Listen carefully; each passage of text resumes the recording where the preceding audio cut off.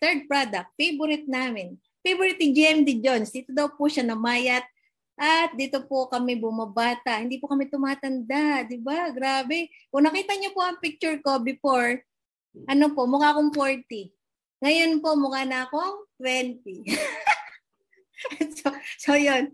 Ang laman po ng Nutria Plus is AMLA. Hindi ko po i-discuss yung 12. Yung highlights lang po ng Nutria Plus. Kasi gusto ko pong ma-highlight siya.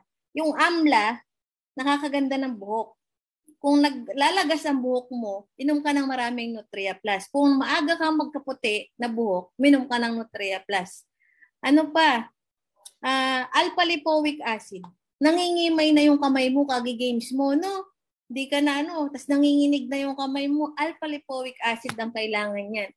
Ano pa? Spirulina, selenium, anti-cancer, anti-bukol, at vitamin C, pangontra sa COVID. So, yun lang.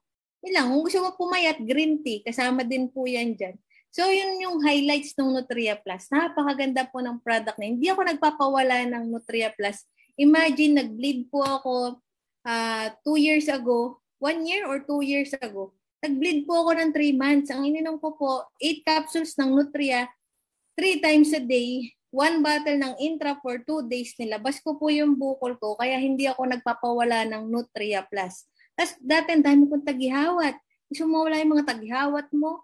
Yung pilagis? Gusto mo mawala yung mga anik-anik mo dyan kaysa magpabelo ka? Lagay mo yung Nutria Plus sa favorite mo na cleanser or toner. Wala yung mga tagihawat mo. Pati nga po yung isa naming downline, nag-testimony siya. Dami daw warts ng prospect niya.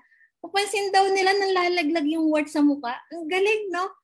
Grabe yung Nutria. And it also improved tissue repair and regeneration sa mga tao pong merong mga sugat na matagal gumaling.